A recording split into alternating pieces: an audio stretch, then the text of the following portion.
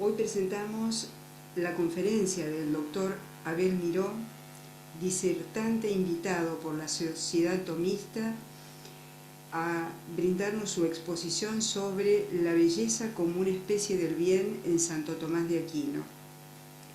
El profesor Abel Miró y Comas es licenciado y doctor en Filosofía por la Universidad de Barcelona, donde obtuvo en 2012 el Premio Extraordinario de Final de Carrera. En esta misma institución cursó el Máster en Filosofía Contemporánea y Tradición Clásica, estudios que también alcanzaron el Premio Extraordinario. Fue iniciado en los estudios en torno a Tomás de Aquino por el profesor Eudaldo Forment, a quien reconoce como maestro. Se dedicó a la metafísica de la belleza en Tomás de Aquino, también en su tesis doctoral. Ha publicado artículos y capítulos de libros sobre metafísica y filosofía medieval en distintas revistas especializadas. Ejerce como profesor en la Universidad de Barcelona y en la Universidad Internacional de Cataluña. También ha realizado una estancia de investigación en la Universidad Santo Tomás de Aquino de Bogotá. Dirige la sección de Filosofía del Patronat d'Estudis Osonencs y forma parte del Consejo de Redacción de la revista Auto, Hermenéutica y Platonismo, Universidad de Barcelona. Muchas gracias, doctora. Recibimos a Abel Miró y Comas con gran interés.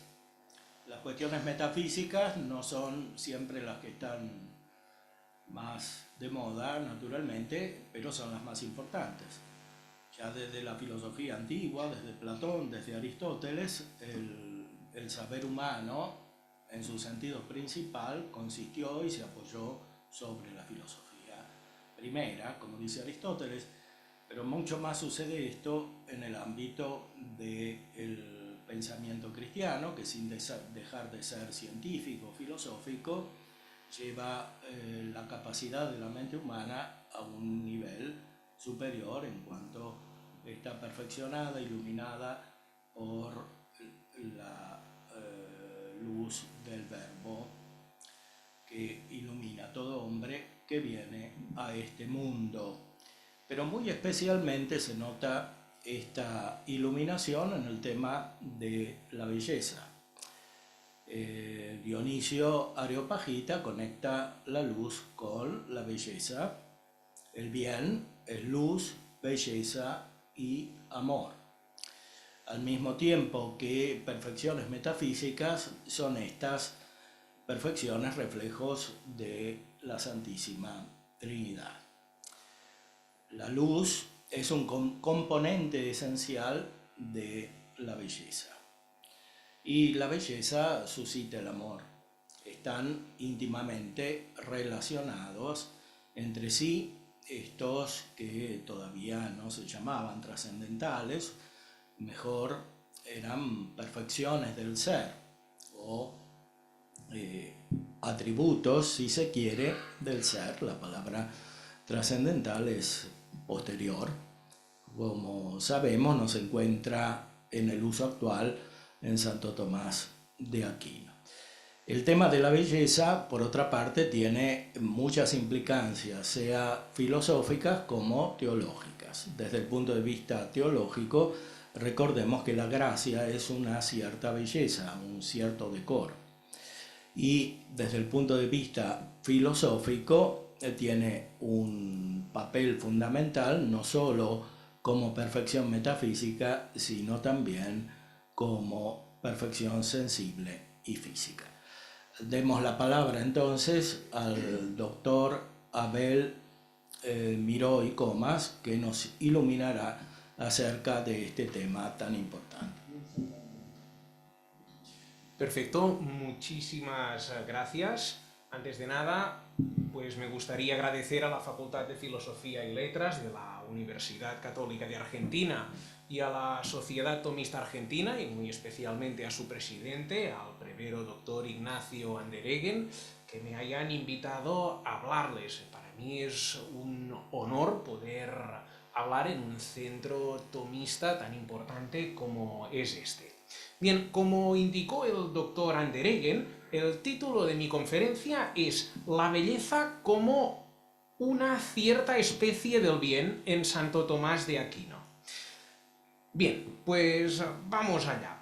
Como es bien sabido, Santo Tomás, en varios pasajes de su obra, nos presenta el catálogo de las propiedades trascendentales del ente. La exposición más conocida es la que se encuentra en el De Veritate, cuestión 1, artículo 1. Aquí se presenta toda entera la deducción de las propiedades trascendentales del ente. Este listado está constituido por el ente más 5 propiedades trascendentales, que son res, la cosa, unum, aliquid, verum y bonum. En pasajes paralelos, este listado se ve reducido. Se pierden 2 propiedades, que son la res y el aliquid, y nos quedamos con unum, verum y bonum. A pesar de sus divergencias, todas estas exposiciones de los trascendentales tienen algo en común, y lo que tienen en común es que en ninguna de estas listas aparece el pulcrum. Sin embargo, ahora todo el mundo está hablando de la trascendentalidad del pulcrum y nunca jamás aparece de un modo explícito en ninguno de los listados en que Santo Tomás presenta a los trascendentales. Bien, esta circunstancia ha suscitado una viva discusión en el seno de la escuela tomista.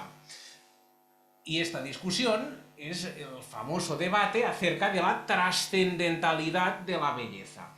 Bien, mi objetivo de hoy sería hacer una modesta aportación a este debate que aún sigue vigente y que no creo que vayamos a cerrar esta tarde. Bien, para ello me gustaría dividir mi exposición en 3 partes. En un primer momento vamos a comentar el texto clásico de la deducción sistemática de los trascendentales. Pasaremos rápido porque todos ustedes lo conocen perfectamente. En segundo lugar, trataremos de ubicar la belleza dentro de esta deducción sistemática. Y, por último, en tercer lugar, vamos a tratar de dar razón de este silencio. No sé si diré algo original, no, creo que no. Sin embargo, la originalidad en el seno del tomismo no es un valor en sí mismo, ¿no? Una doctrina no tiene más o menos valor por el hecho de ser original, sino por ser verdadera o no. Bien, empecemos pues. De Veritate, cuestión 1, artículo 1. Santo Tomás empieza aquí distinguiendo 2 vías de adquirir conocimiento. Por un lado tenemos la vía de la demostración y por otro lado tenemos la vía de la definición. Aclaremos los términos. La demostración aspira a justificar una proposición, la conclusión, a partir de unos principios ya conocidos de antemano, las premisas. Mientras que la definición trata de explicar qué es algo, es decir, cuál es su esencia, su quidditas. Y para conocer la esencia de algo, también se requiere un conocimiento previo, el conocimiento del género, de la especie y de las causas de esta cosa. Por lo tanto, vemos que tanto la demostración como la definición presuponen siempre un conocimiento previo. Santo Tomás nos advierte, no es posible proceder así hasta el infinito, porque entonces todas las ciencias desaparecerían. Es decir, es imposible que haya una cadena infinita de conocimientos que a su vez se fundan en un conocimiento previo. ¿Por qué no se puede proceder hasta el infinito? La razón que da Santo Tomás es irrebatible. pues una serie infinita no puede ser recorrida. Clarísimo. De aquí se sigue una conclusión inevitable, y es que toda consideración científica se reduce a unos principios que el hombre no necesita aprender o que no necesita descubrir, sino que ya los posee de antemano, ya los conoce de un modo connatural. Cualquier conocimiento científico se funda en unas primeras concepciones de nuestro entendimiento, y la primera de ellas, nos dice Santo Tomás, es el ente. Leo literalmente sus palabras. Pero lo que el entendimiento concibe en primer lugar como más conocido, quasi notissimum, y en lo cual resuelve todas las demás concepciones, es el ente. En otro pasaje, en un texto paralelo, Santo Tomás aclara esto a partir de una comparación. Santo Tomás nos dice que lo que el ente es para el entendimiento puede compararse con lo que el sonido es para el sentido del oído. Es decir, es aquella formalidad que comparten todos los objetos que pueden ser pensados por nosotros. Santo Tomás dice, lo primero que cae a la concepción del entendimiento es el ente. Por tanto, el ente es el objeto propio del entendimiento, el primer inteligible, al igual que el sonido es el primer audible. Evidentemente, esto no debe entenderse en un sentido cronológico, no es que primero se escuche el sonido y después el resto de cosas, sino que todo lo que escucho, lo escucho bajo la formalidad del sonido, como todo lo que entiendo, lo entiendo bajo la formalidad del ente. Bien, esta tesis escolástica, el ente es el objeto propio del entendimiento, no es algo que deba aplicarse únicamente a un grupo reducido de seres humanos, a los filósofos, sino que esta tesis debe aplicarse a todo el mundo. Cualquier hombre, aunque ignore la palabra ente, no ignora su significado. Todo lo que piensa, lo piensa a modo de ente. Tal cosa es o no es. Fue o no fue, será o no será, puede ser o no puede ser. Todo lo que pienso, lo pienso a modo de ente. Esto es relevante porque nos hace ver que en nuestro entendimiento hay una tendencia a trascender el límite de lo estrictamente mental para referirnos a la realidad de las cosas. Esto lo explica muy bien el filósofo español Jaime Balmes a partir de un ejemplo. Cito un fragmento de la filosofía fundamental de Jaime Balmes, este filósofo de la ciudad de Vic. Dice Balmes, si digo la elipse es una curva, no digo esto de mi idea, sino del objeto de mi idea.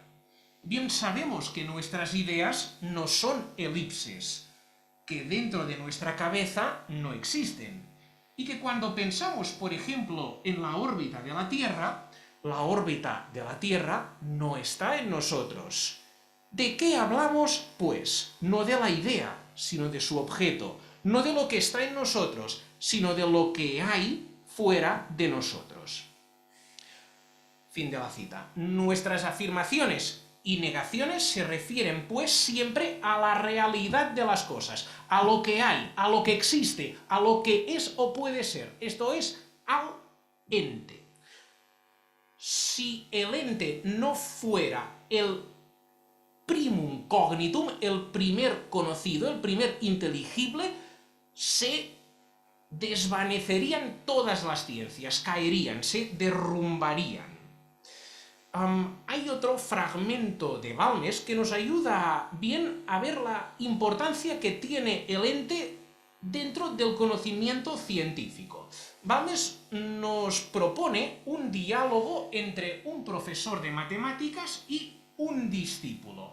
El profesor de matemáticas trata de demostrar a su interlocutor el teorema de Pitágoras, es decir, que la hipotenusa al cuadrado es igual al cuadrado de los catetos. Empieza el profesor de matemáticas, dice lo siguiente: bájese una perpendicular desde el ángulo recto a la hipotenusa. Inmediatamente interviene el discípulo y pregunta: ¿dónde? Responde el profesor: es claro, en el triángulo del que hablamos. El discípulo: pero señor, si no hay tal triángulo. Responde el profesor: responde el profesor, no lo hay, no está físicamente aquí presente, pero lo puede haber. Si tuviéramos papel y regla, pues dibujaríamos un triángulo. El discípulo: es decir, que usted habla del triángulo que haríamos. Sí, señor, ya lo entiendo, pero entonces lo tendríamos. Pero ahora no lo tenemos, continúa el profesor. Enhorabuena, pero si lo tuviésemos, ¿no podríamos bajar la perpendicular? Sí, señor. Pues no quiero decir otra cosa. Aunque el matemático en este ejemplo esté hablando de un triángulo hipotético concreto, la operación que describe, la de trazar una perpendicular que vaya del vértice hasta la hipotenusa, puede realizarse en todos los triángulos. Dice el profesor, y yo no quiero decir otra cosa, sino que en todo triángulo rectángulo, sea cual fuere, se puede bajar esta perpendicular. El discípulo: pero se entiende que usted no habla de los triángulos que no son, que no existen, ¿no es verdad? El profesor: hablo de todos, de los que son y de los que no son. Ya se ve que la perpendicular no se la puede tirar en un triángulo que no existe. Lo que no existe no es nada, pero lo que no existe puede existir. Y veo con toda claridad que, suponiendo que exista, se verificará lo que digo. Así puedo hablar y hablo de todos, de los existentes y de los no existentes, sin ninguna excepción. Por lo tanto, ¿qué podemos extraer de este fragmento brillante, muy pedagógico, de Jaime Balmes? Pues que todo lo que pienso, lo pienso bajo el supuesto de la existencia.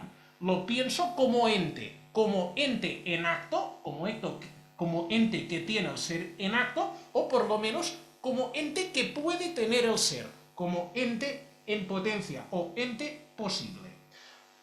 Cuando hablo del ente, todo queda incluido, lo que es y lo que no es, pero puede ser.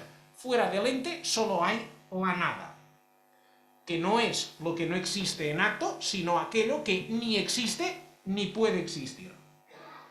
Muy bien, nos queda claro que el primum cognitum es el ente. Bien, Santo Tomás continúa en el De Veritate planteando un problema, y es el problema de la adición. ¿Cómo puedo añadir algo al ente?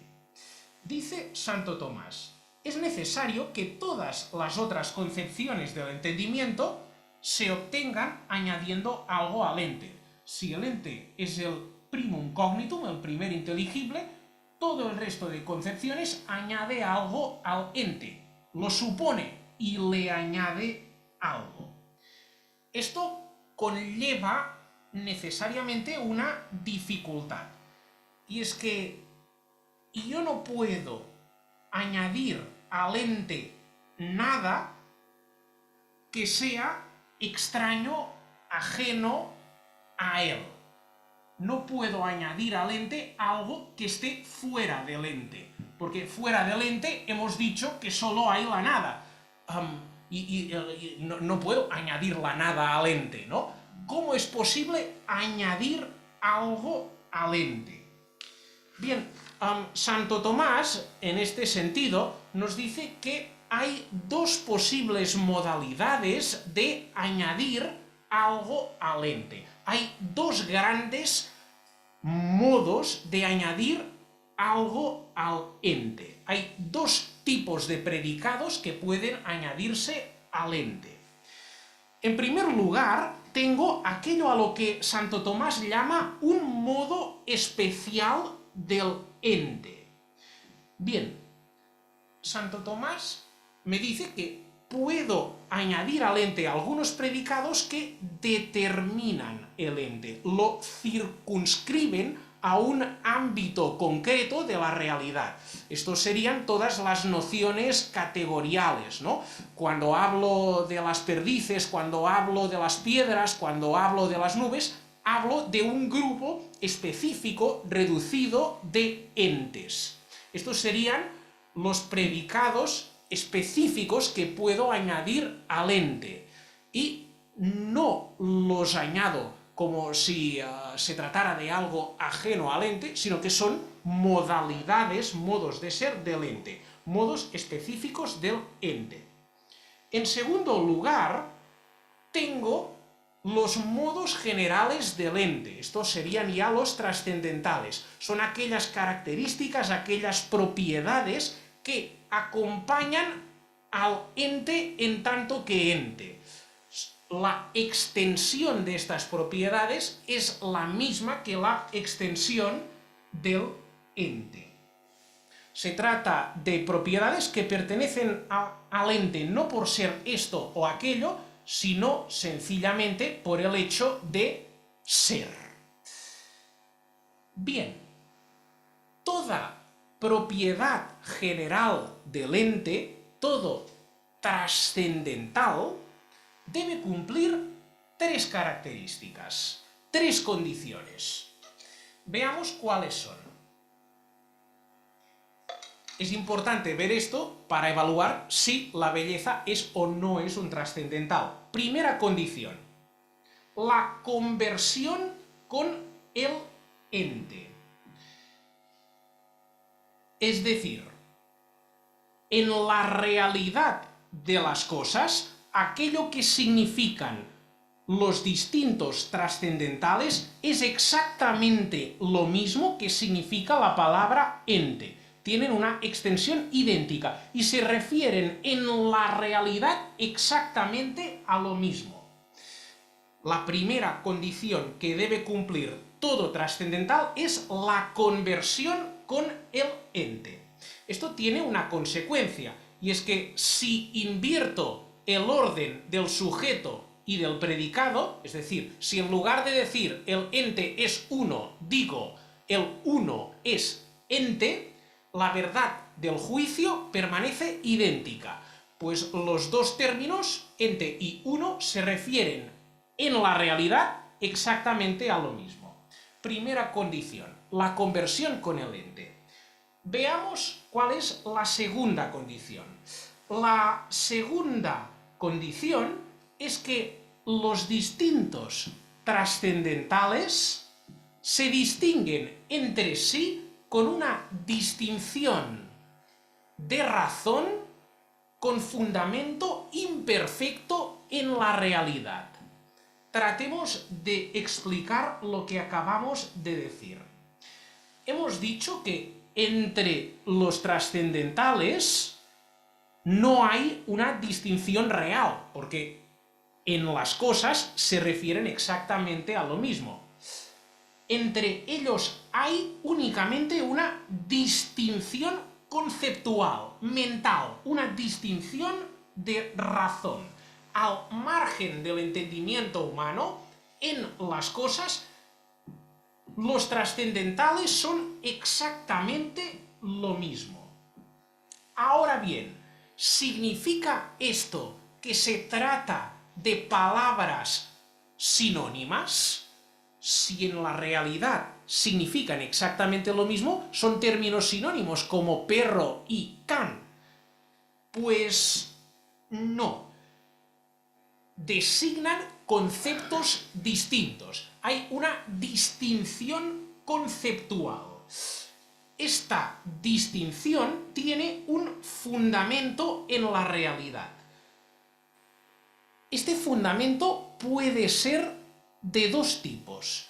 Las cosas que se distinguen con una distinción de razón, pero con una distinción de razón que tiene un fundamento, es decir, no se trata de palabras sinónimas, pueden distinguirse de dos modos según el tipo de fundamento. El fundamento puede ser o perfecto o imperfecto. Empecemos con el fundamento perfecto. La distinción de razón con fundamento perfecto en la realidad se da cuando uno de los conceptos contiene al otro, pero lo contiene de un modo indeterminado, en potencia. Esto lo veremos claro a partir de un ejemplo, ¿no? Pensemos en la noción de alma sensitiva y en la noción de alma intelectiva. Bien, el concepto alma sensitiva contiene en potencia la determinación de la intelectualidad. Sin embargo, el alma intelectiva contiene en acto el alma sensitiva y además la determinación de la intelectualidad. Entre estos dos conceptos hay una distinción de razón con fundamento perfecto. ¿Por qué? En la realidad de las cosas, si hablo de mí, el alma sensitiva y el alma inteligible en la realidad coinciden, pero conceptualmente son cosas distintas, porque no siempre que se da alma sensitiva se da también alma intelectiva. Pueden existir por separado. Esto es lo propio de las cosas que difieren por una distinción de razón con fundamento perfecto. Pueden existir por separado. Bien, este no es el caso de los trascendentales. Si se da el ente, se da todo el listado de los trascendentales. Los trascendentales se distinguen por una distinción de razón con fundamento imperfecto en la realidad. ¿Qué significa esto? Esto significa que todos los trascendentales tienen exactamente el mismo significado en acto, expresan en acto exactamente los mismos contenidos, el mismo contenido.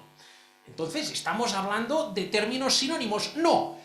¿En qué se distinguen? Pues bien, en el hecho que algo que es expresado en acto por uno puede al mismo tiempo estar contenido en él de modo implícito. Por ejemplo, tenemos el ente y la unidad.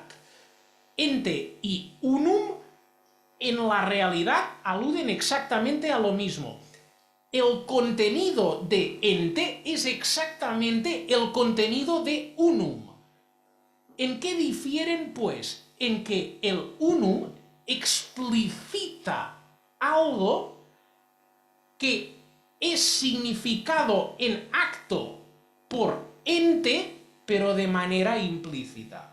Es decir, el significado en acto es el mismo. Lo que ocurre es que una propiedad explicita una faceta del ente que está implícita en la noción de ente. No sé si me estoy explicando. Se trata de una explicitación, se explicitan facetas del ente, ¿no? Un ejemplo un poco burdo, ¿no? Imaginémonos que cerramos las luces. En el salón habrá los mismos elementos, ¿no? Yo con una linterna puedo enfocar el micrófono, puedo enfocar el sillón, pero en acto habrá dentro del sillón los mismos elementos, ¿no? Pues las propiedades trascendentales del ente hacen algo parecido. Se enfocan en un aspecto del ente, ¿no? Que puede estar implícitamente contenido en el ente y en los otros trascendentales. Por lo tanto, es imprescindible que todo trascendental explicite algo que está implícitamente contenido en la noción de ente. Aunque el contenido real de ente y el de los otros trascendentales, el contenido real en acto del ente y del resto de los trascendentales es exactamente el mismo.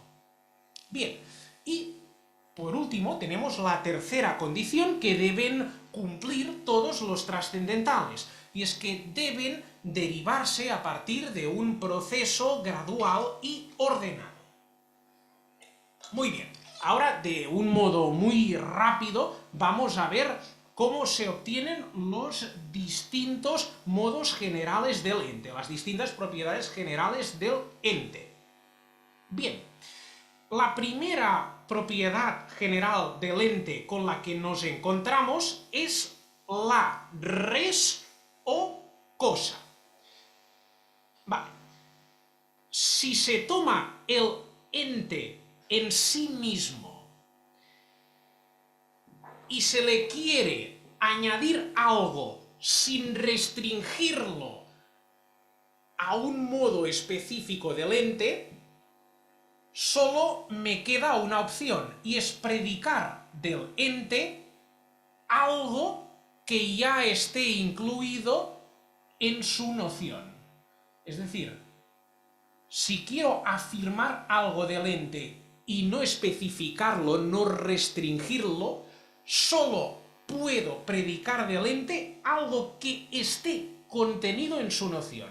El ente es la esencia que tiene el ser, id quod habet esse, la esencia que tiene el ser. La noción de ente, como indica su propia estructura gramatical, pone el acento sobre el acto de ser, sobre el ser. Por lo tanto, no es necesario volverlo a afirmar. Me queda, pero, poner el acento, explicitar el otro elemento que está incluido explícitamente en la noción de ente, que es la esencia. Por lo tanto, ¿en qué difiere la cosa del ente? Los elementos explicitados son los mismos, ser y esencia. ¿Cuál es la diferencia? El ente pone el acento sobre el acto de ser, y esto ya lo indica la estructura gramatical, porque ente es el participio presente del verbo esse, y la segunda opción, que es lo que hace la cosa, es poner el acento sobre la esencia. Se pone en primer plano, en primer término, la esencia. Bien, en algunos listados no aparece la res, la cosa. ¿Por qué? La razón es que, hablando en sentido estricto, no es un trascendental. ¿Por qué no es un trascendental? Porque no cumple la segunda de las condiciones que deben cumplir todos los trascendentales. Y es que no explicita una nueva faceta del ente, no explicita algo que esté contenido de modo implícito en el ente.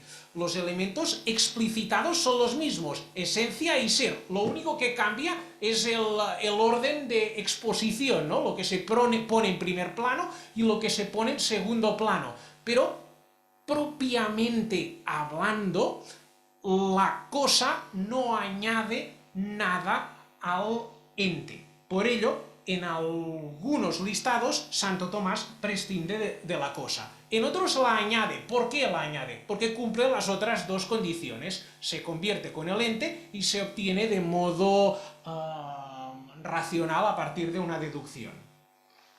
Bien, siguiente trascendental, el unum.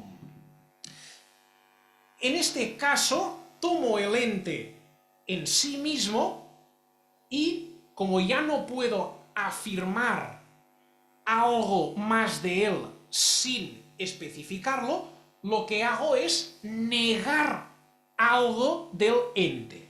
Esto es el unum. ¿Qué tipo de negación expresa la unidad? Pues la indivisión. Lo uno es aquello que es indiviso en acto. El unum es el ente indiviso, no indivisible, porque si dijéramos que el unum es el ente indivisible, solo podrían ser unos las sustancias inmateriales y por lo tanto ya no estaríamos hablando de una propiedad trascendental del ente, sino que estaríamos hablando de un modo especial del ente. Bien, tenemos el unum. Para obtener el unum, Santo Tomás ha usado una doctrina psicológica y es su doctrina sobre las primeras concepciones del entendimiento, que la expone de modo muy claro en sus cuestiones disputadas sobre la potencia de Dios. Cuestión 9, artículo 7. Bien, Santo Tomás dice, lo primero que capta el entendimiento es el ente. Lo segundo es la negación del ente. Lo tercero, el tercer concepto que se forma en el entendimiento, sería el de la división, que presupone a los otros dos. Me doy cuenta de que este ente no es este otro ente. Y, en cuarto lugar, obtengo el unum, obtengo la unidad, que es la negación de la división. Es importante poner estos dos textos es importante vincularlos porque nos permite reconstruir la obtención deductiva del unum. Siguiente trascendental, el algo o aliquid. Bien, si el unum niega la división intrínseca del ente, el algo o aliquid afirma la división extrínseca del ente. Este ente no es este otro ente. Aquí necesitamos otro concepto para poder obtener el trascendental aliquid, y es el concepto de multiplicidad, que es el quinto que obtiene nuestro entendimiento. ¿Cómo se obtiene la multiplicidad? Pues bien, la multiplicidad presupone la unidad. ¿Qué sería la multiplicidad? Santo Tomás lo explica así. En quinto lugar, se sigue el concepto de multiplicidad, en la medida que entendemos que ese ente está dividido de ese otro y que cada uno de ellos es uno en sí mismo. Es decir, la multiplicidad presupone la unidad. Este ente que es uno se distingue de este otro ente que es uno. También el aliquid, que es la afirmación de la división extrínseca del ente, en algunos textos paralelos desaparece, en algunos listados de los trascendentales no está presente. ¿Por qué no está presente? Pues bien, porque también en sentido estricto no es un trascendental. ¿Por qué no es un trascendental? Pues bien, porque el aliquid no añade inmediatamente algo sobre el ente, sino que el aliquid añade algo sobre el ente presuponiendo el unum. Sin unum, si no presuponiera el concepto de unum, no podría negar la división extrínseca del ente, porque esto presupone que este ente que es unum se distingue de estos otros que son unum. Es un trascendental mediato, podemos decir el aliquid. Es un trascendental dependiente de otro, que es el unum. Esto veremos que será importante para evaluar la cuestión de la trascendentalidad del pulcrum. Bien, pasemos al siguiente trascendental, que es el verum. Hasta ahora hemos considerado el ente en sí mismo, ahora vamos a considerarlo en sentido relativo. Perdón, el aliquid también consideraba el ente en sentido relativo, es decir, el ente en la medida que se relaciona con otros entes, ¿no? El aliquid se fijaba en la distinción de este ente con respecto a los otros entes, la división extrínseca. Pues bien, el verum considera el ente en sentido relativo, pero no se fija en lo que distingue este ente de los otros entes, sino en lo que este ente tiene en común con otros entes. Santo Tomás lo explica así. Otro modo de considerar el ente en sentido relativo es fijándonos en la conveniencia, en la conformidad de un ente con respecto a otro. El aliquid se fijaba en la diferencia de un ente con respecto a otro. El verum se fija en la conveniencia, lo cual no puede hacerse a menos que se tome como término de referencia algo que esté ordenado por naturaleza a convenir con todos los entes. Bien, esto es importante. Si me fijo con la relación de un ente con otros y dejo de lado el aspecto negativo, que es la distinción, para fijarme en el aspecto positivo, que es la conveniencia, necesariamente tendré que reconocer que debe haber algo que esté abierto a convenir con todos los entes, algo que esté abierto a convenir con toda la realidad. ¿Qué es este algo? Este algo, dice Santo Tomás, es el alma humana.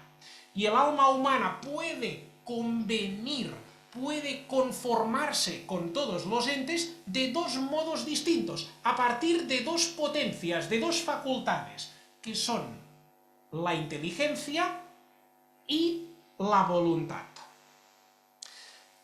Dice Santo Tomás, en el alma se encuentra la potencia cognoscitiva y la apetitiva. La conveniencia del ente con el apetito se expresa con la palabra bonum, pues como dice Aristóteles en la Ética, es bueno aquello que apetecen, aquello que desean todas las cosas. En cambio, la conveniencia del ente con el entendimiento se expresa con la palabra verum. Todo conocimiento se realiza por la asimilación por parte del cognoscente de la cosa conocida. Por lo tanto, ¿qué es lo que el verum añade al ente? Es la conformidad, la adecuación del ente con el entendimiento. Bien, vemos pues que el verum implica una relación de conformidad y una cierta ecuación entre el ente y mi inteligencia. Todas las cosas a las que llamamos verdaderas implican una referencia al entendimiento. Sin esta referencia al entendimiento, pues no habría verdad. Si por un imposible no existiera ningún entendimiento, no habría nada verdadero. Bien, continuemos. Me gustaría remarcar que esta conveniencia del ente con el alma puede ser de dos modos. El ente, hemos dicho ya que está constituido por dos principios intrínsecos, que son la esencia y el acto de ser. Por esta razón, el ente puede convenir con el alma humana de dos maneras distintas. Primera, o bien únicamente, exclusivamente, según la esencia, que de algún modo es despojada del acto de ser que tiene en la realidad de las cosas, o bien el ente conviene con el alma humana según la esencia y además según el acto de ser. Esto lo dice literalmente Santo Tomás, también en De Veritate, cuestión 21, artículo 1. Santo Tomás nos dice que en cualquier ente deben considerarse dos cosas: la razón de la especie, es decir, la esencia, y el ser mismo. Y por esto cualquier ente puede ser perfectivo de dos maneras: o bien únicamente según la razón de especie, y nos dice, y así es como el ente perfecciona el entendimiento, que percibe la razón o esencia del ente, o bien según la esencia más el acto de ser. Esta forma, dice literalmente Santo Tomás, esta forma de perfeccionar al entendimiento, la que perfecciona únicamente al entendimiento según la esencia, es lo que el verum añade solo sobre el ente. Solo se llama verum a un ente en la medida que está conformado, o que, por lo menos, se puede conformar con el entendimiento. Quería remarcar que esta conformidad, esta adecuación del ente con el entendimiento es según la esencia. El ente verdadero se conforma con el entendimiento por el lado de la esencia, quedando al margen el acto de ser que el ente posee en la cosa, en la realidad de las cosas. Muy bien. Pasemos a considerar el bonum. El bonum designa aquello a lo que tiende el apetito, aquello a lo que tiende el deseo. En cambio, el verum designa aquello a lo que tiende el entendimiento. El bonum es el término del deseo y el verum es el término del entendimiento. Para comprender la diferencia entre estos dos trascendentales, es importante tener en cuenta en qué difiere la operación apetitiva de la operación cognoscitiva. Así como la operación cognoscitiva es una operación asimilativa, de algún modo el ente es arrastrado hacia la inteligencia a través de una semejanza representativa de él, el entender sería como un movimiento de la cosa a la inteligencia. En cambio, el desear y el amar es el movimiento inverso, que iría desde el alma, desde la facultad apetitiva, hacia la cosa. Uno sería un movimiento de afuera a adentro y el otro sería un movimiento de dentro hacia afuera.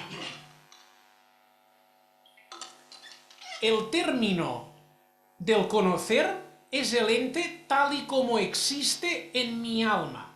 Y en mi alma, el ente no posee el ser que tiene en la realidad de las cosas, sino que tiene un ser inteligible. El ente conocido existe en mi alma a través de una semejanza de su esencia.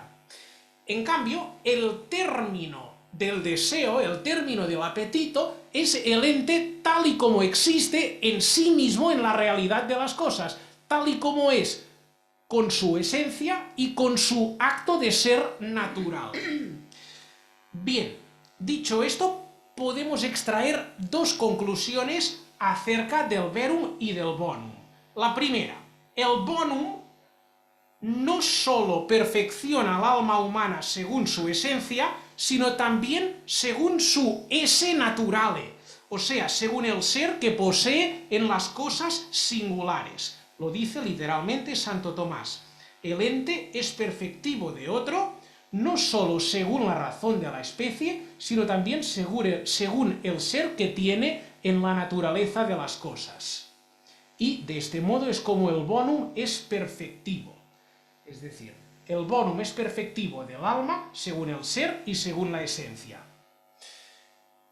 Y la segunda conclusión es que la noción de verdadero es anterior a la de bonum, en la medida que no puede amarse algo si previamente no es conocido.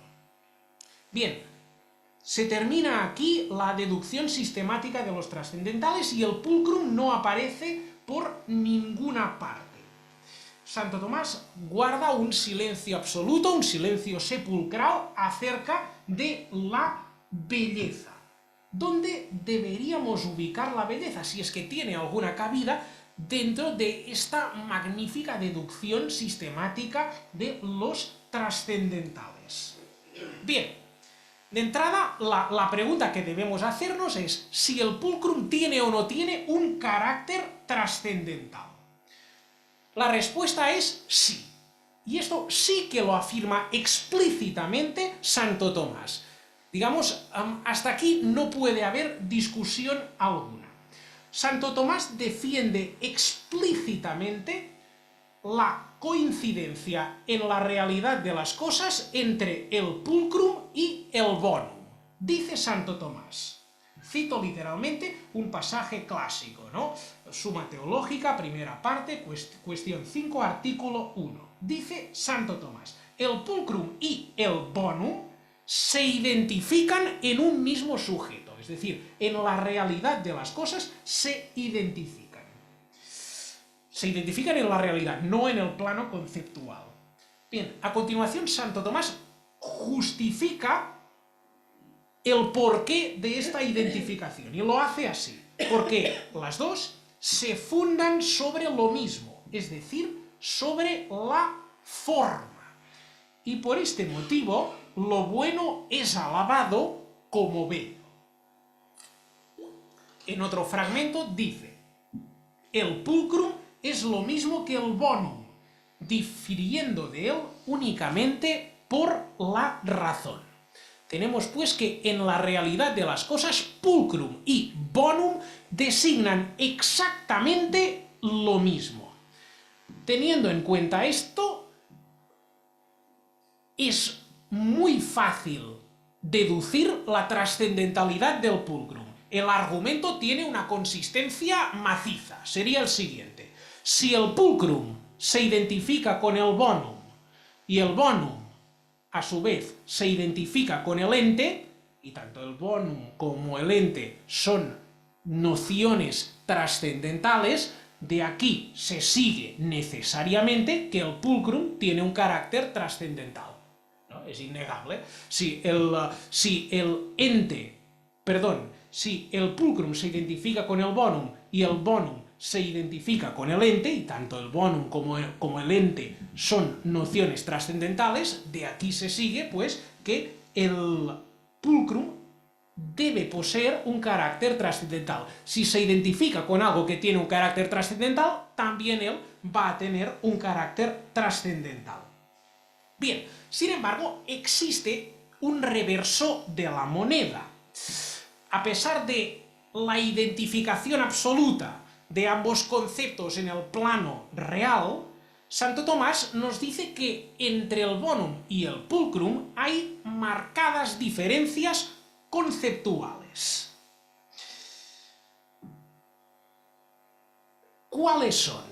Santo Tomás dice que la belleza tiene razón de causa formal, en cambio, la bondad tiene razón de causa final. Es decir, la belleza perfecciona al alma a manera de causa formal. En cambio, el bonum perfecciona el alma a manera de causa final. Esto lo afirma Santo Tomás en un fragmento clásico, es el mismo que antes he citado. Cuestión 5, artículo 4. Bien, leo solo una parte porque creo que es importante. El bien se refiere propiamente al deseo, ya que el bien es lo que todas las cosas desean, y por este motivo tiene razón de fin, pues el deseo es como un cierto movimiento hacia la cosa. En cambio, el pulcrum no se refiere al deseo, sino a la potencia cognoscitiva, porque se llaman bellas aquellas cosas que una vez vistas gustan, agradan. Y como el conocimiento se realiza por asimilación, por la semejanza, pero la semejanza se refiere a la forma, el pulcrum, propiamente hablando, pertenece a la razón de causa formal. Este fragmento es absolutamente conocido, ¿no? Muy bien. De momento tenemos lo bello perfecciona el alma a manera de causa formal. El bonum perfecciona el alma a manera de causa final. Y los dos trascendentales encuentran en la forma del ente su fundamento propio. Esto lo hemos visto antes, ¿no? Hemos visto que Santo Tomás nos dice que el pulcrum y el bonum se fundan sobre la forma. Por lo tanto, la forma es el fundamento en virtud del cual el ente perfecciona al alma a manera de causa final, bonum, y a manera de causa formal. Y el ente puede perfeccionar al alma de dos modos distintos a modo de causa formal. Repito, la forma hemos dicho que es el fundamento del pulcrum y del bonum, ¿no? Bien, esta forma perfecciona el alma a manera de causa final. Tenemos el bonum, pero esta forma puede perfeccionar al alma de dos maneras distintas. Cómo lo hace el verum y cómo lo hace el pulcrum. Ahora lo que deberíamos ver es en qué se distingue la perfectividad del verum de la perfectividad del pulcrum. Para comprender esto es vital, es fundamental comprender bien la noción tomista de forma y no confundirla con la noción aristotélica de forma. La forma para Santo Tomás no es lo más actual que hay en la sustancia. No debe interpretarse la forma en términos formales, en términos esenciales.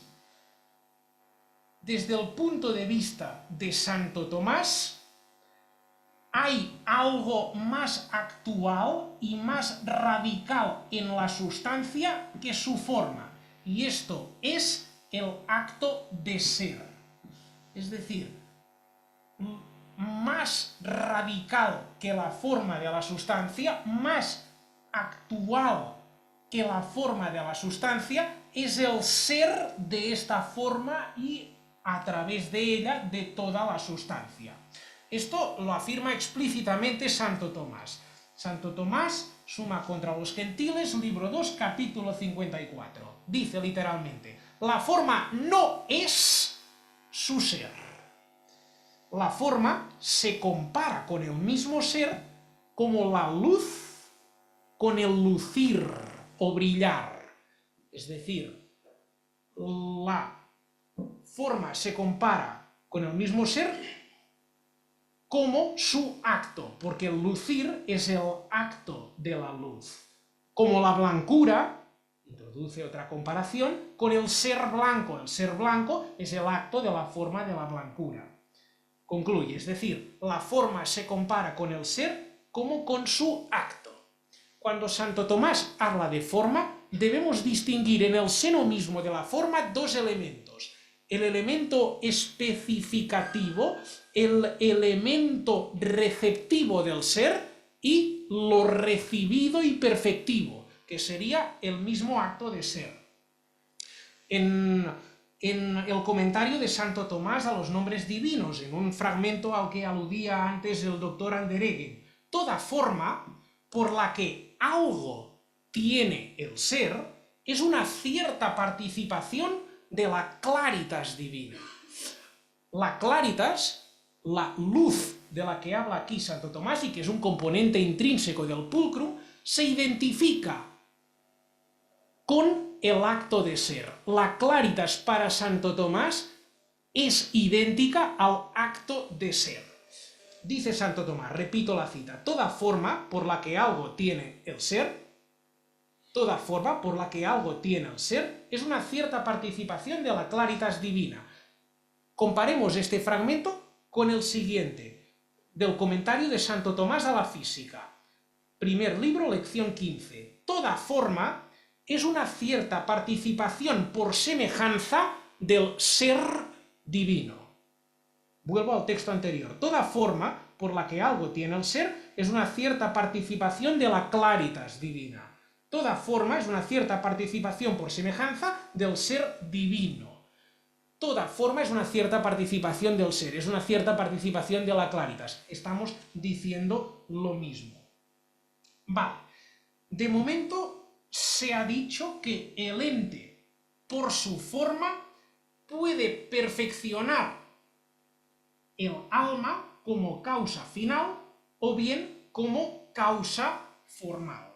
Y también se ha hecho notar que, a manera de causa formal, el ente puede perfeccionar al alma de dos modos, bajo la razón de verum y bajo la razón de pulcrum.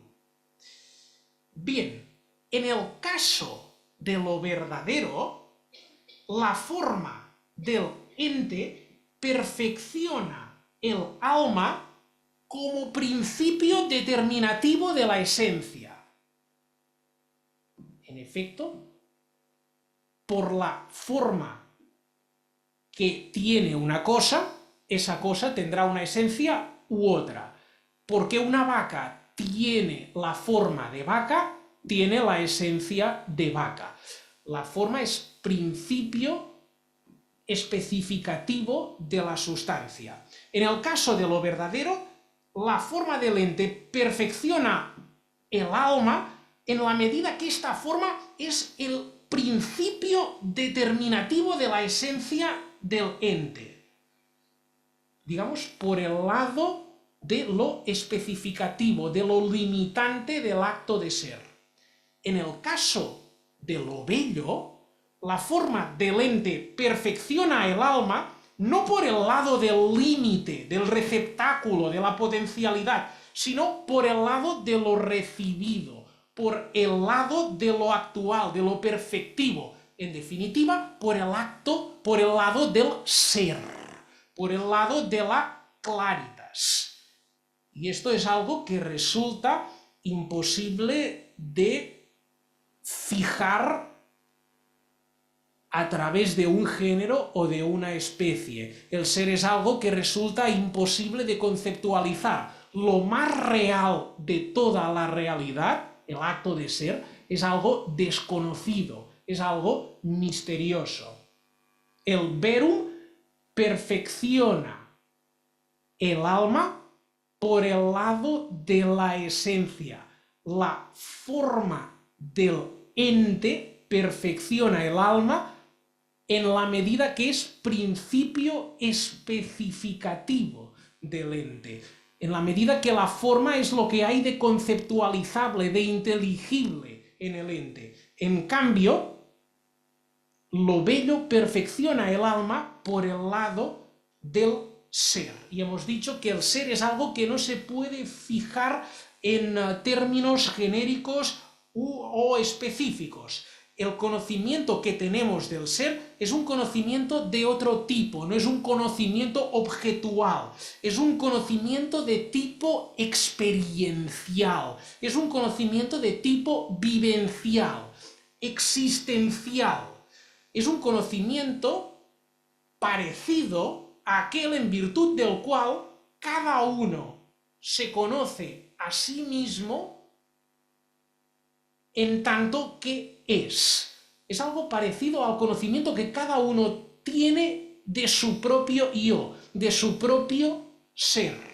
Aquel conocimiento que cada uno tiene de sí mismo según su propio ser.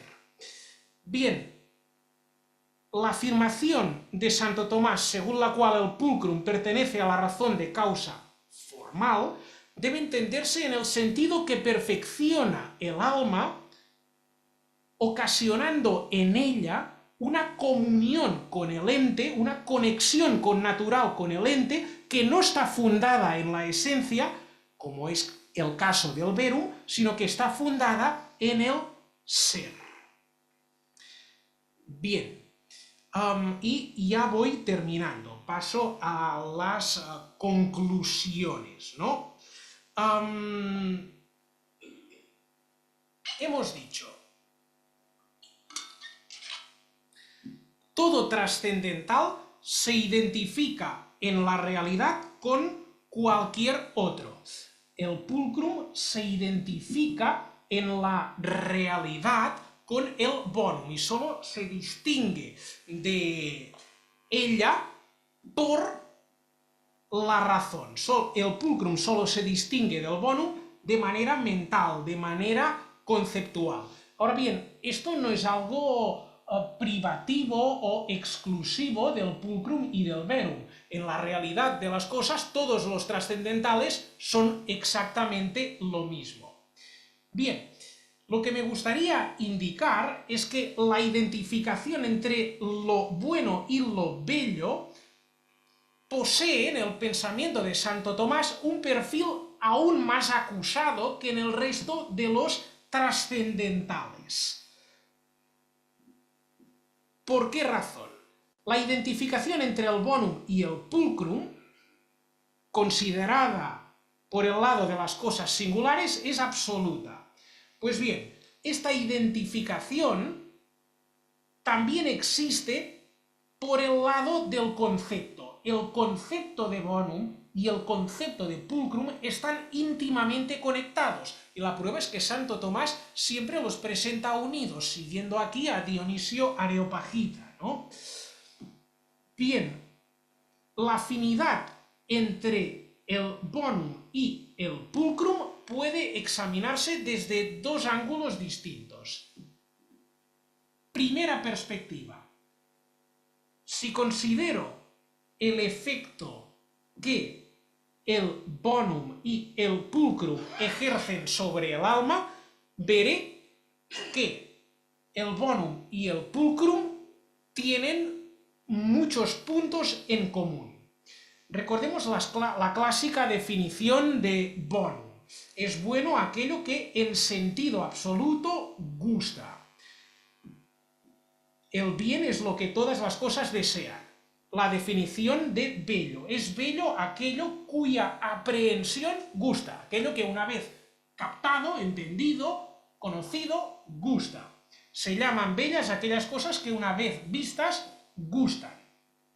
Bien, vemos que el pulcrum y el bonum producen en el alma dos efectos muy parecidos o que están de algún modo imbricados. El bonum es aquello que gusta y lo bello es aquello que una vez conocido gusta. Vemos pues que la noción de pulcrum de algún modo se solapa, se imbrica con la noción de bonum, porque coincide con ella en el hecho de ser amable, agradable, coincide con ella, podemos decir hablando analógicamente, en el género. Digo analógicamente porque estamos hablando de modos generales del ente. En este caso no tiene sentido hablar de géneros y de especies, que solo pertenecen a los modos específicos del ente. Bien, esto ya se ha dicho mucho, ¿no? En segundo lugar, los conceptos de bonum y de pulcrum también pueden considerarse no centrándonos en el efecto que el ente bueno o bello producen sobre el alma, sino en el carácter perfectivo del ente que suscita estas operaciones espirituales. Puedo considerarlos per posteriora, es decir, a partir de los efectos que producen en el alma, pero también puedo estudiar el carácter perfectivo del ente que produce, que genera estos efectos, que tiene este impacto sobre el alma humana. Bien, en este sentido es interesante remarcar las diferencias que hay entre lo verdadero, lo bueno y lo bello. Lo verdadero solo perfecciona el alma según la razón de la esencia, de la especie. Lo bueno perfecciona el alma, dice Santo Tomás, no solo según la razón de la especie, sino también según el ser que tiene la naturaleza de las cosas. Pues la facultad apetitiva se dirige al ente tal y como existe en la realidad de las cosas. Bien, lo bello en un sentido coincide con el bonum. Coincide con el bonum porque perfecciona el alma según el ser, como hace también el bonum. Pero lo bello, el pulcrum, añade algo nuevo sobre el bonum, y es esta ordenación del ente en su ser dirigida a la facultad intelectiva, no a la apetitiva. Por el bonum, la facultad apetitiva se dirige al ente en su esencia y en su ser. Bien, en el caso del pulcrum, el ente en su ser se dirige al alma, pero se dirige no a la facultad apetitiva, no perfecciona la facultad apetitiva, sino a la facultad cognoscitiva.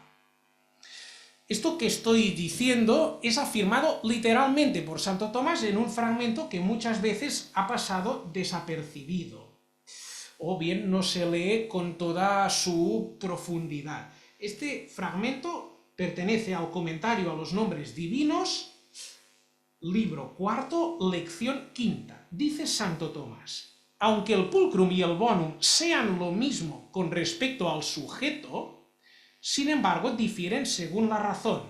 Y ahora nos dice la diferencia. Pues el pulcrum añade sobre el bonum un orden a la facultad cognoscitiva que hace referencia a su ser, o sea, al ser de lo bueno. El pulcrum añade sobre el bonum un orden a la facultad cognoscitiva que hace referencia a su ser. Por lo tanto, ahora sí, la conclusión definitiva, la conclusión final de esta conferencia. No debe sorprendernos el silencio que guarda Santo Tomás respecto al pulcrum. ¿Por qué?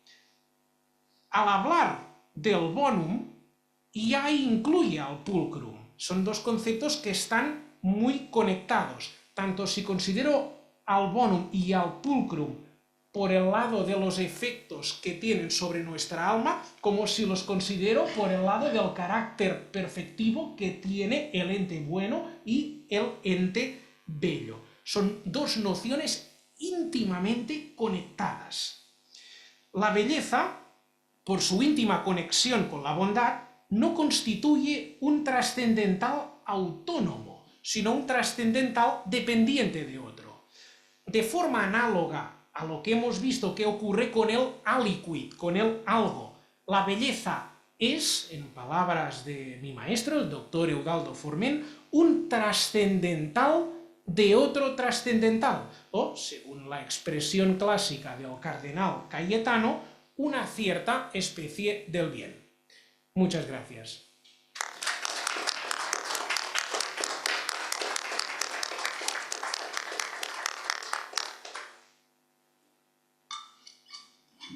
Muchas gracias, doctor Miró y Comas, por esta exposición tan clara y tan viva también, porque se puede seguir perfectamente y eso es un mérito importante en filosofía. Vamos a abrir algunas preguntas. Yo tengo dos para empezar. En primer lugar, respecto de la distinción con fundamento en la realidad, ¿no? Habría que preguntarse, no sé si está de acuerdo, si no puede haber una distinción que tenga fundamento en la realidad superior y no solamente en la realidad creatural, ¿no? Que podría ser lo que quiere decir Dionisio en el segundo capítulo del libro de los nombres de Dios, cuando habla de las uniones y discreciones divinas. Es decir, esas uniones son perfecciones divinas, son propiedades, pero son distintas entre sí. Y el fundamento de la distinción no está solamente en la criatura, sino en Dios, porque es Dios el que hace las criaturas distintas, justamente con su belleza, con su armonía, que es distinción.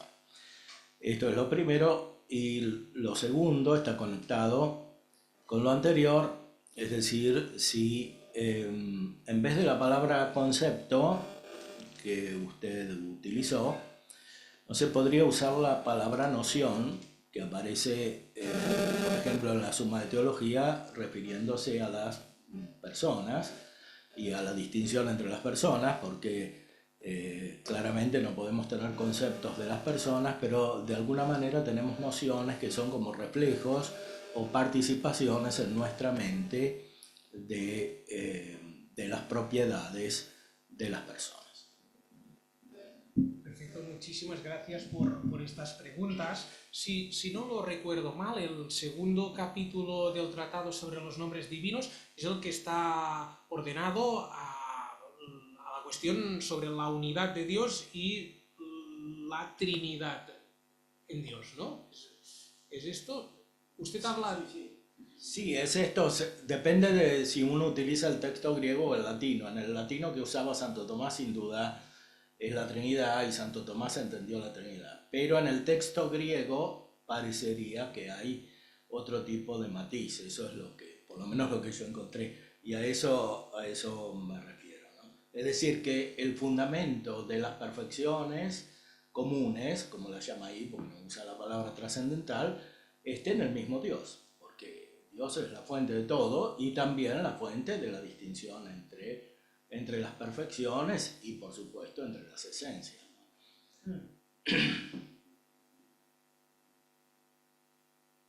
Vale.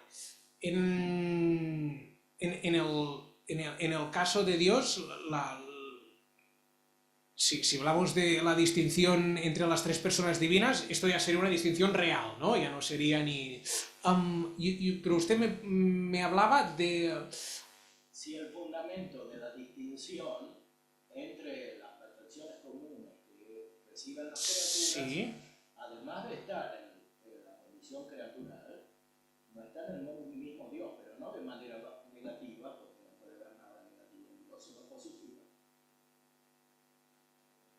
Es decir, como fuente de la distinción que produce perfección y que produce belleza. Digamos, yo no le puedo hablar de Dionisio, pero hablando desde Santo Tomás, todas las perfecciones trascendentales en Santo Tomás son en Dios una unidad absoluta, ¿no? Son una unidad real.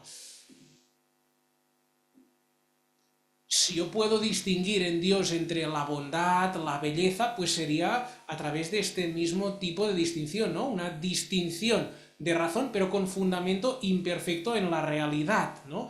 No son expresiones sinónimas, tienen un mismo contenido en acto, que es la esencia divina, pero al mismo tiempo cada una de ellas explicita, ¿no?, una faceta, un aspecto propio de esta perfección divina. Yo hablando desde Santo Tomás, no creo que sea inadecuado, ¿no?, decir que se distinguen en Dios con una distinción de razón con fundamento imperfecto en la realidad. ¿Qué realidad? Si esa es la realidad creada, a partir de la cual nosotros pensamos sobre la misma realidad divina, ¿no?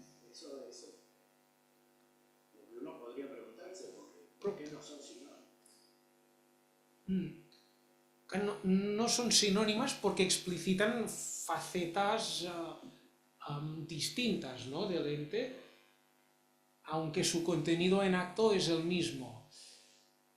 Sí.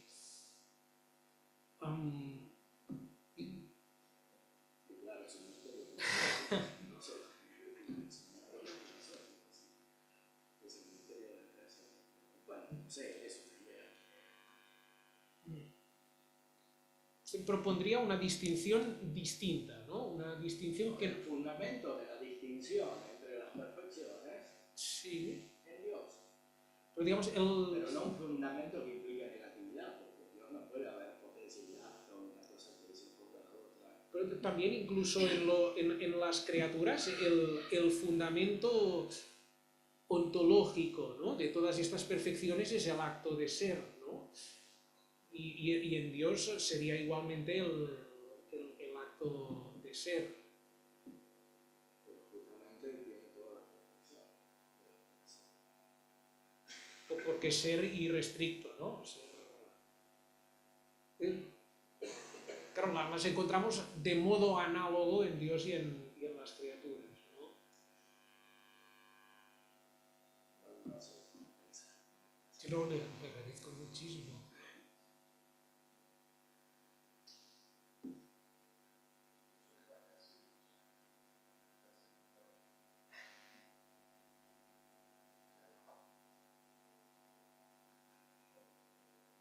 El padre Sanguinetti, Sí, que tiene un artículo que conozco muy bien sobre esta misma cuestión.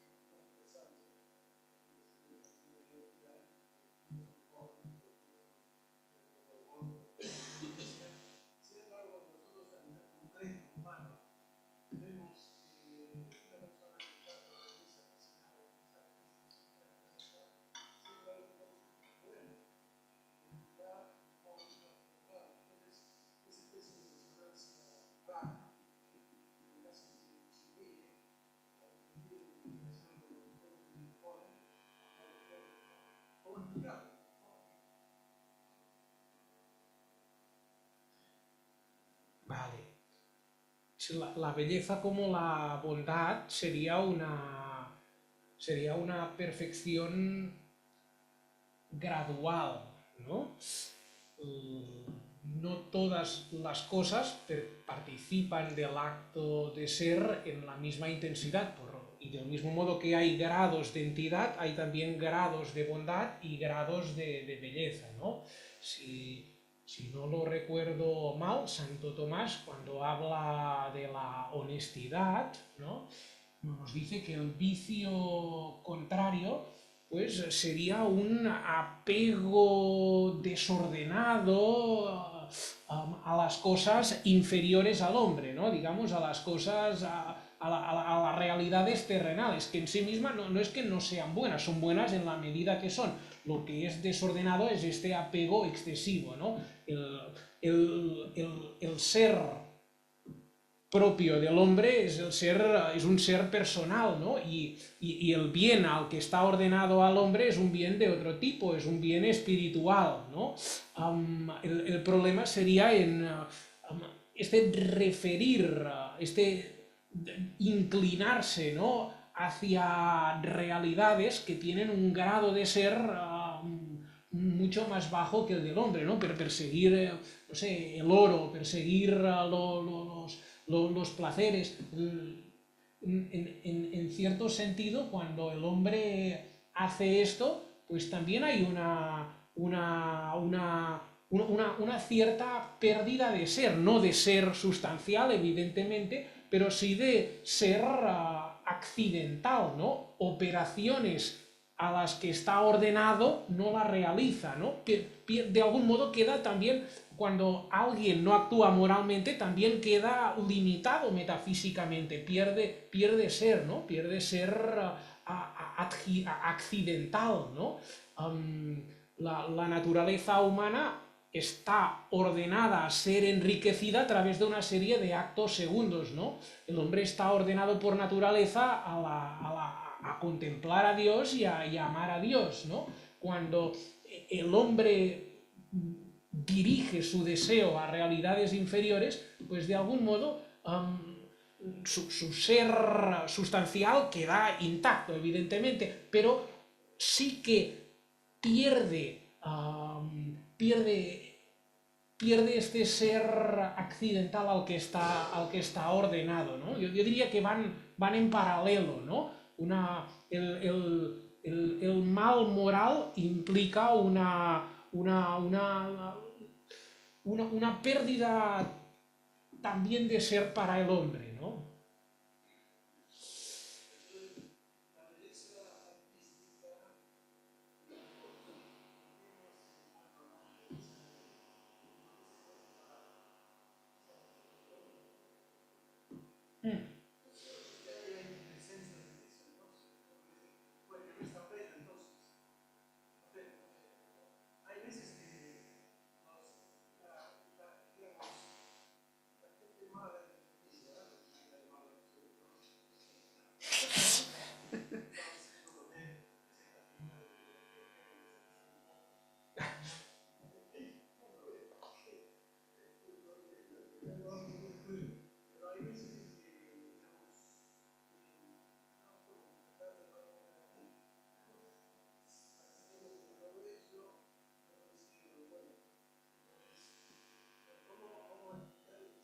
Las flores del mal, ¿no?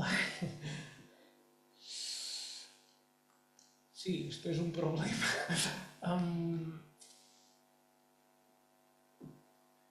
La belleza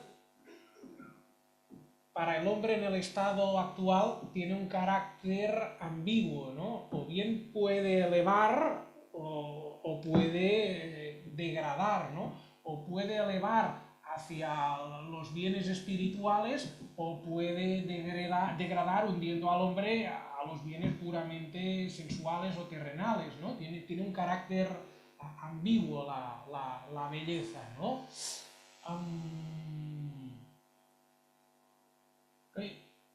Pensando en las obras artísticas, ¿no? Las obras que parecen más bellas son aquellas en las que se transparentan más los bienes más elevados, ¿no? Aquellas obras que al contemplarlas de algún modo nos hacen más buenos, ¿no? Ahora pienso en el cine de Andrei Tarkovsky, ¿no? Por ejemplo, Andrei Tarkovsky decía que el cine tenía una finalidad ética, ¿no? A través de la belleza, pues tratar de elevar el hombre, ¿no? Ponerle enfrente de los grandes interrogantes de la vida. Las grandes obras de arte son de este tipo, ¿no? No son una belleza puramente sensual. Además hay disonancias incluso en ellas, ¿no? Hay elementos que desde una perspectiva cosmética no tienen nada de bello, ¿no? Pensemos en aquel Cristo tan famoso de Velázquez, ¿no? El que está en el Museo del Prado. Es un hombre colgado en una cruz. Es una imagen desde un punto de vista de la belleza cosmética en un cierto sentido fea, pero al mismo tiempo tiene una claritas, ¿no? Porque en ella se transparenta una belleza espiritual muy superior a la belleza sensual, ¿no?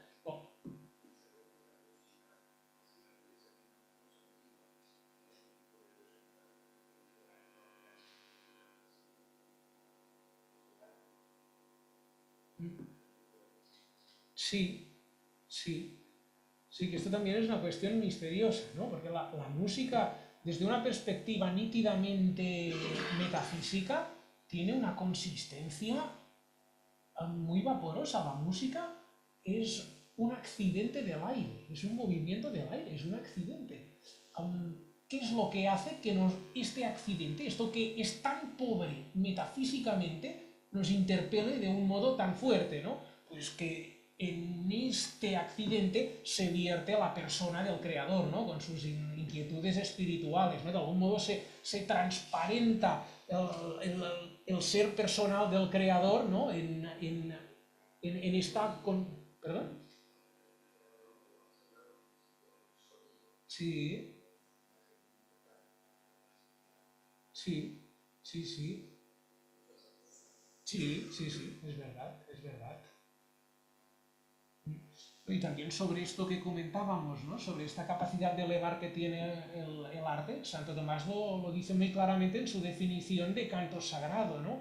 Exultación de la voz suscitada por la contemplación de las cosas eternas y que estalla en la voz, ¿no? Son las cosas eternas, ¿no? Las que se transparentan en el sonido. La música celeste, sí, sí. Se suele escuchar, y todos convenimos con eso, en que la belleza es pura forma, ¿no? Pura forma. Ahora, ¿qué papel juega la materia en todo esto? Porque estamos hablando así, en lo concreto, uno ve la forma, pero con un accidente, con un color de una obra de arte, por ejemplo. Y entonces, si es pura forma, entonces, ¿qué papel juega ese color en esa perfección de esa obra de arte?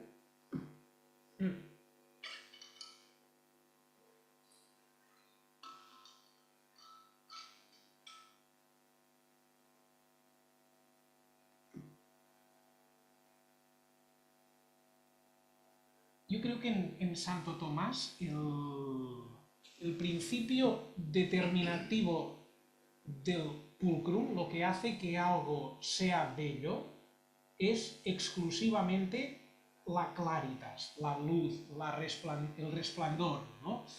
Santo Tomás en varios pasajes habla, comentando a Dionisio, ¿no? De la consonancia y de la claritas. En la Suma Teológica habla de la integridad, habla también de la proporción y habla, por último, de la claritas. Yo creo que, lo creo y creo que se puede argumentar que en Santo Tomás, de todos estos elementos, el que es especificativo del pulcrum, el constitutivo formal del pulcrum, sería la claritas, ¿no? San Alberto Magno hablaba del resplandor de la forma, ¿no? El constitutivo formal sería este resplandor, esta luz, esta claritas, no la forma. La forma haría referencia al elemento esencial, este elemento que se puede conceptualizar, que se puede enseñar y que se puede aprender técnicamente. Podemos escuchar a un pianista que tenga una habilidad técnica extraordinaria, puede hacer una interpretación exquisita desde un punto de vista técnico, no ha cometido ningún error, sin embargo es frío, es maquinal, ¿no? Le falta este elemento misterioso, inefable, que es la claritas, ¿no? Que es lo que da, que es lo que causa la belleza, ¿no? Propiamente. No sé, pienso en un cuadro de este pintor tenebrista andaluz, que es Valdés Leal, Juan Valdés Leal, ¿le suena? Tiene un cuadro famoso que se llama Finis Gloriae Mundi. En él hay el cadáver de un obispo, ¿no? El cadáver creo que es de un caballero de Santiago, están los gusanos que se los están comiendo, ¿no? Hay un búho que se lo está mirando y al final la leyenda es así pasa la gloria de este mundo, ¿no? Desde el punto de vista de la forma es algo horrible, ¿no? Lo que está aquí representado, pero sin embargo se transparenta en esto repugnante, en esta fealdad, una claritas enorme, porque nos está hablando de la eternidad, ¿no? Yo creo que la forma sería el constitutivo material de lo bello. El constitutivo material, no el formal. El formal sería la claritas. Sería ¿qué es la claritas? No es decir, no se puede fijar en un concepto, ¿no? En una noción genérica o específica.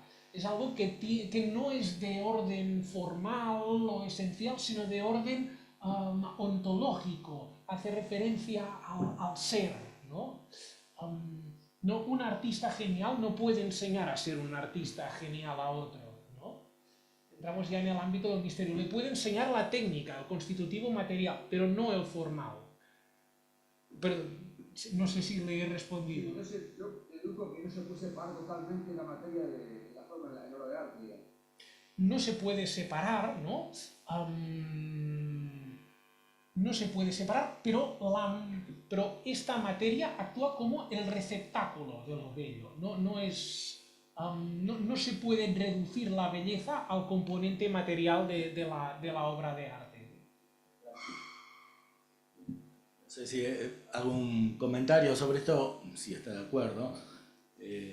Así como hay un ente metafísico, que es el ente separado de la materia, la sustancia separada de la materia en sentido perfecto, y el ente físico es ente, pero ente en sentido imperfecto para Aristóteles. Entonces, parece que en el orden del bien sucede lo mismo. Porque hay un bien metafísico que se alcanza por medio de operaciones espirituales, inmateriales, y hay un bien físico, la comida o el estado de salud o lo que fuere. Pero también hay una participación del bien metafísico en el físico, porque una persona puede hacer actos buenos externamente, y son buenos porque participan de la bondad metafísica, ¿no? Parecería que en la belleza sucede algo similar, es decir, que hay una belleza metafísica y hay una belleza física, porque la integridad a la cual hace referencia a San Tomás, el hecho de que las cosas pequeñas son feas, dice él también. Entonces, hay una belleza física, pero hay una belleza que está participada en lo físico, ¿no? Y parecería que es esta aquella a la cual nos referíamos en el arte, en la música, en las bellas artes, etc., ¿no? No sé qué le parece esta reflexión. Dice el doctor Enderegen, si lo entendí bien, que la belleza espiritual se traduce en el orden físico, se puede, de algún modo, se hace palpable, tangible en la realidad física, efectivamente, ¿no? Y esto es, en sentido estricto, el arte, ¿no? El arte no puede reducirse a su dimensión puramente material, ¿no? Sino que se transparenta a un elemento espiritual, ¿no? Y la prueba de ello es que hay animales que tienen unos sentidos mucho más agudos que los nuestros, ¿no? El gato tiene un sentido del oído por lo menos tan desarrollado como el mío. Sin embargo, si pongo la novena sinfonía de Beethoven a un gato, no va a experimentar ningún gozo estético, ¿no? Hay un elemento espiritual que se ha vertido en este sonido que el gato, al no tener un alma espiritual, no ha captado, ¿no? Wagner decía, la música se escucha con los oídos. Es verdad, la música se oye con los oídos, pero estos oídos forman parte de una sustancia sensible y espiritual, que es capaz de captar lo que hay de espiritual en el sonido, ¿no? Estos destellos de la belleza divina que están desparramados por la realidad sensible, ¿no? Y esto sería la experiencia estética. Sí, y hay otro compositor que es más sobrenatural que Wagner, Claudio Monteverdi, nos decía, es la belleza un rayo de la celeste luce, es la belleza un rayo de la luz celeste. Y él la expresó. Correcto, es verdad.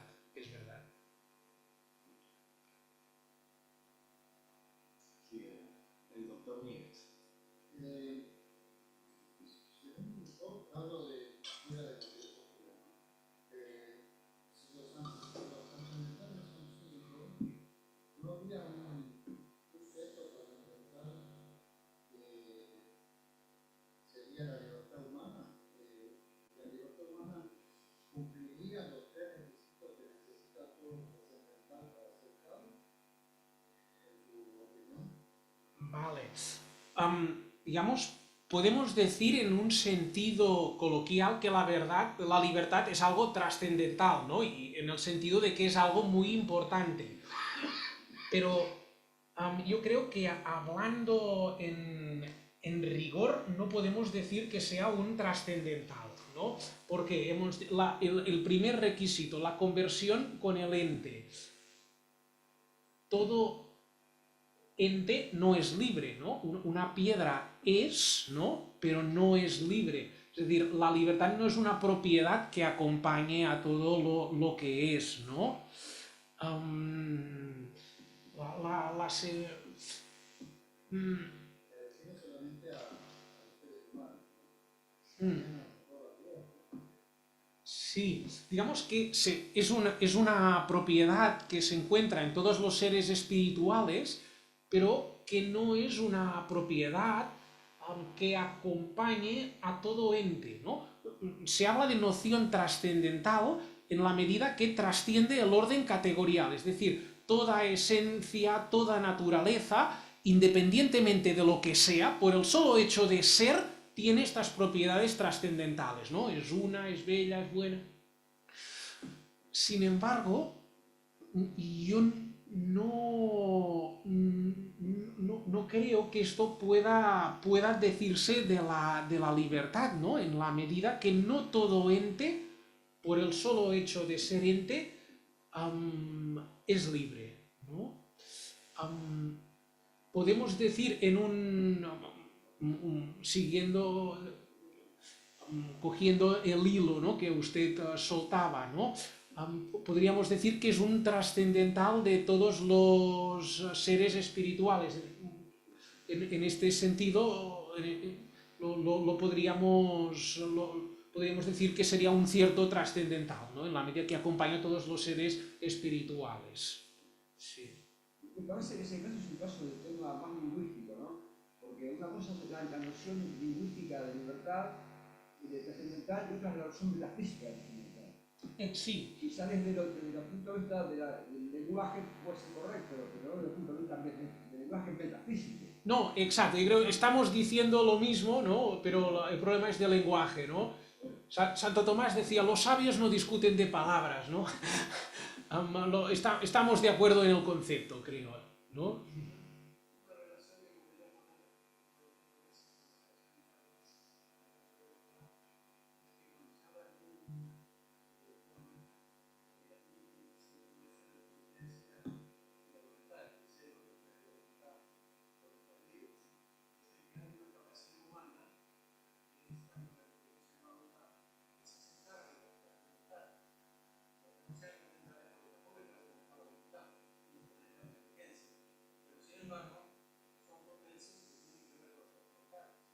Claro.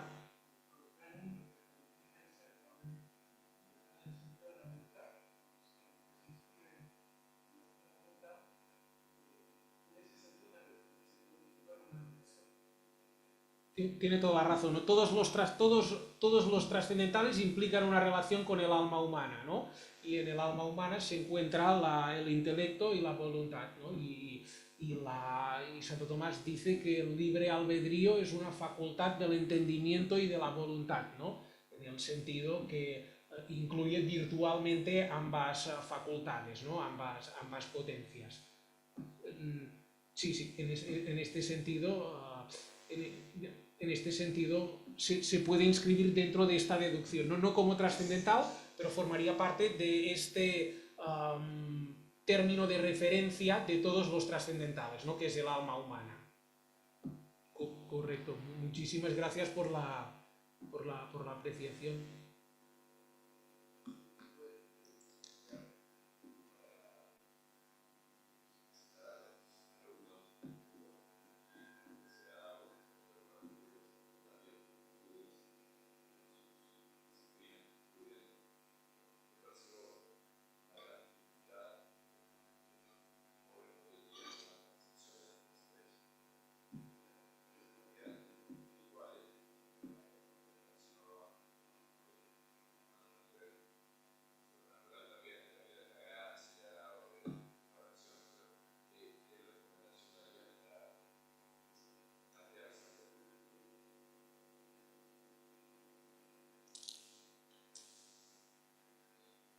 Claro, yo no conozco bien el contexto en Argentina, ¿no? Pero pensando en mis estudiantes, también, aparte de dar clase en la Facultad de Filosofía, también he dado clases transversales a alumnos de otras facultades, ¿no? Alumnos de Publicidad y Relaciones Públicas, de Derecho, de Periodismo, y su receptividad a la filosofía, pues, no es óptima, ¿no? Percibo que en ellos, ¿no? Sus sentidos están de algún modo como embarrados, ¿no? Por las redes sociales, por TikTok. Alguien que se pasa 5 horas diarias, ¿no? Mirando compulsivamente imágenes en TikTok, ¿no? Pues sí, espera impactos físicos, ¿no? Necesita más un impacto físico que este impacto espiritual que sería la belleza, ¿no? Es verdad que nuestros jóvenes son menos capaces de captar la belleza que los jóvenes de generaciones anteriores por este motivo, ¿no? Porque las redes sociales los han adherido mucho a lo sensual, a lo terrenal, a las imágenes que son como un shock, ¿no? Como un impacto casi físico, ¿no? La música que escuchan en ocasiones es un impacto físico, ¿no? Sí, nos haría falta una depuración, ¿no? Antes de sus sentidos, ¿no? Lo que los antiguos tratadistas de mística decían, ¿no? Es una purgación activa del sentido. Pues haría falta una purgación del sentido, ¿no? Una purgación de la mirada, ¿no? Hay que restaurar la mirada, ¿no? Sobre todo, que es el más espiritual de nuestros sentidos. ¿Cómo se hace esto? No lo sé, pero creo que es la base. Hay que empezar por restaurar la sensibilidad, ¿no? Porque es la puerta de entrada del conocimiento, ¿no? Y el arte en este sentido nos puede ser de utilidad, ¿no? Las imágenes plásticas, la poesía, la música. Hay que hacer una cura de belleza, ¿no? ¿De qué modo debería hacerse esto? No me veo capaz de indicarlo, pero sí que creo que la belleza es una vía para llevarnos a la metafísica, ¿no? Porque tiene esta dimensión híbrida, ¿no? Espiritual y sensible. Y también a veces somos muy pesimistas, pero hay un elemento que nos va a favor, que es la naturaleza humana. Están hechos para contemplar esta belleza, ¿no? La situación artificial es la situación en la que se encuentran ahora, ¿no?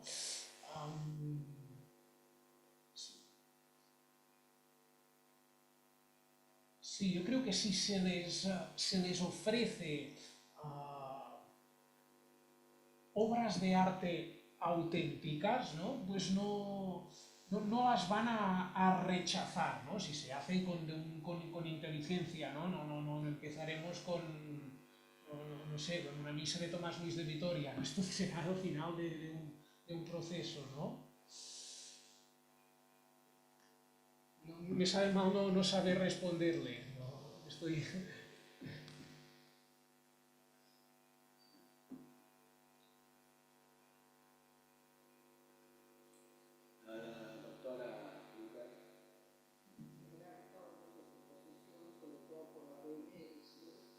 Creo que para los alumnos que pueden escuchar sus clases, porque lo hace realmente con pasión. Ahora, con respecto a lo que le preguntó el padre Crisapungi, que creo que también tiene vinculación con lo que le consultaba el padre Sanguinetti, el tema de la relación, me parece, entre arte y bondad moral, pasa mucho por que en todo caso los trascendentales llevados a la vida cotidiana, creo que de todos, el último es el que hace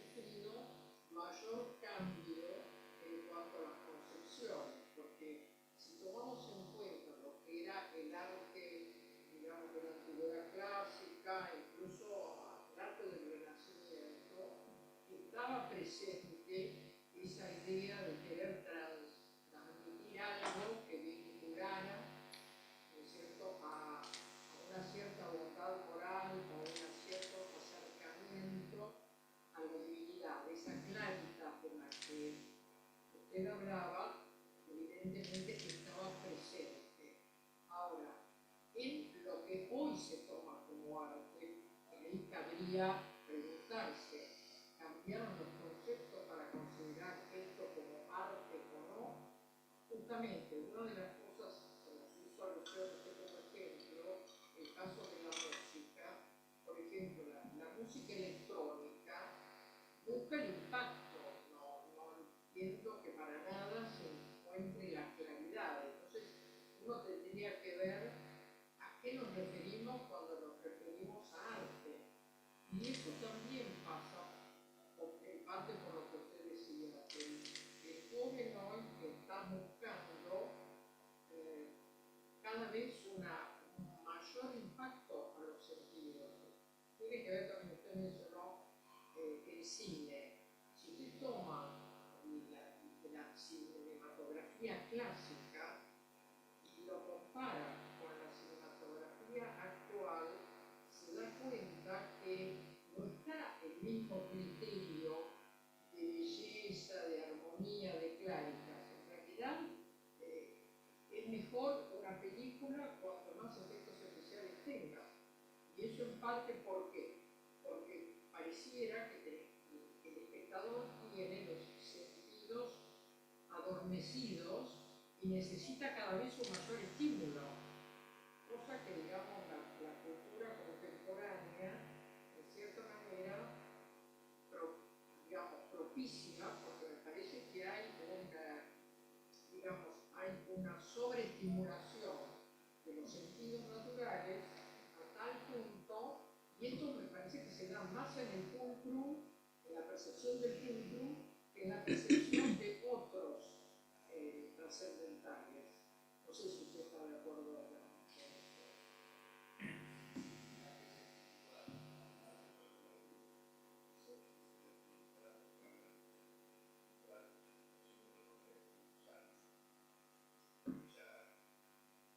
En la semana tomista creo que tenemos exposiciones al respecto, así que les enviamos, hacemos una propaganda para los que están aquí presentes, que la semana que viene, del 2 al 6, es la semana tomista, y entre los temas que se va a abordar están estos, porque precisamente, yo por lo menos voy a hablar del tema de los hábitos, creo que tiene que ver bastante con esto que está diciendo usted y con lo que hemos expuesto acá.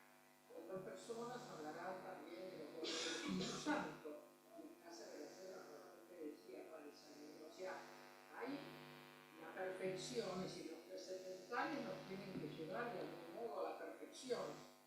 ¿Qué pasa con el hombre contemporáneo? Esos trascendentales están presentes, no están presentes en la vida contemporánea de un adolescente, ¿no? En la vida cotidiana. ¿Están presentes o están presentes deformados? Esa es mi pregunta.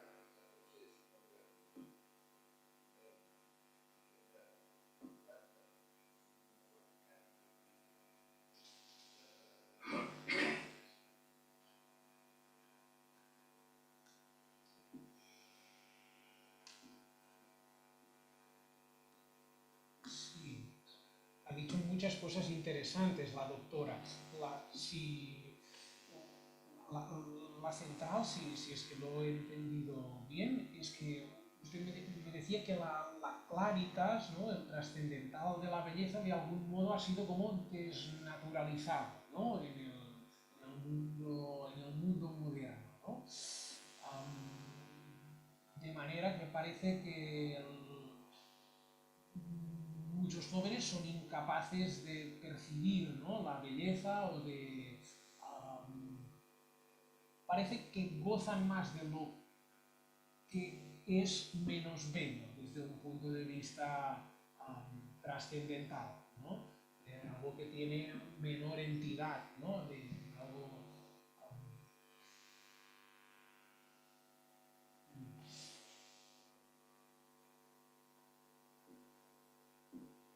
Sí.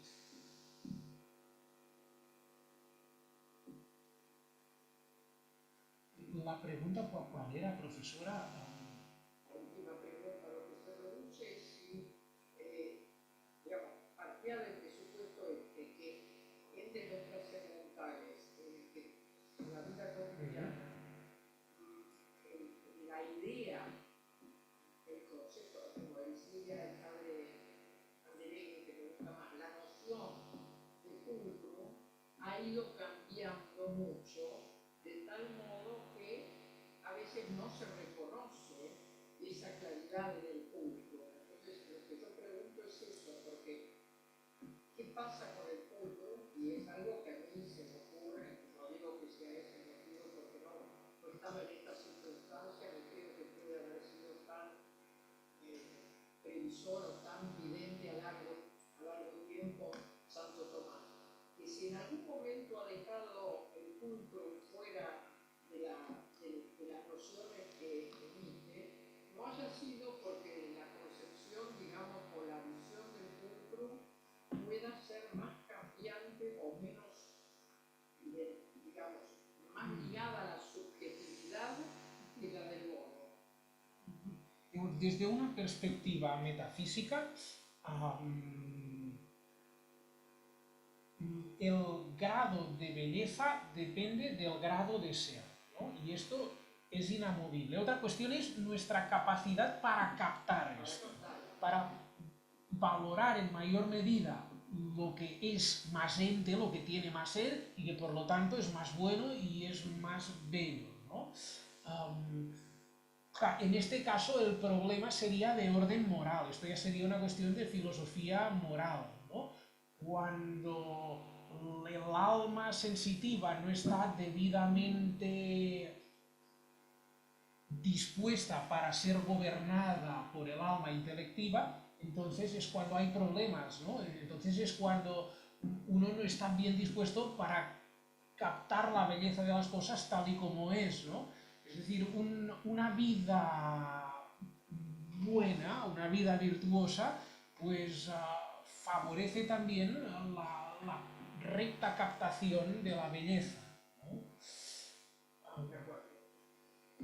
Quería agregar lo que dijo la doctora, que a mi criterio la degradación estética es consecuencia de la agresión moral. Cuando lo que está viviendo si algo no viene. Y sobre esta cuestión de lo que antes comentó el padre Anderegui y que usted también mencionó, noción o concepto, ¿no? Sí, la palabra concepto también es usada por Santo Tomás en otros textos, ¿no? Y la palabra concepto hace referencia al verbo mental, ¿no? Al verbum cordis, aquello que es concebido por la mente, ¿no? Concepto en el sentido de aquello que ha concebido el entendimiento en acto. Evidentemente no es una noción que contenga de un modo perfecto lo que quiere expresar, ¿no? No puedo reducir el misterio de la belleza, el misterio de los atributos divinos, el misterio del ser a un concepto.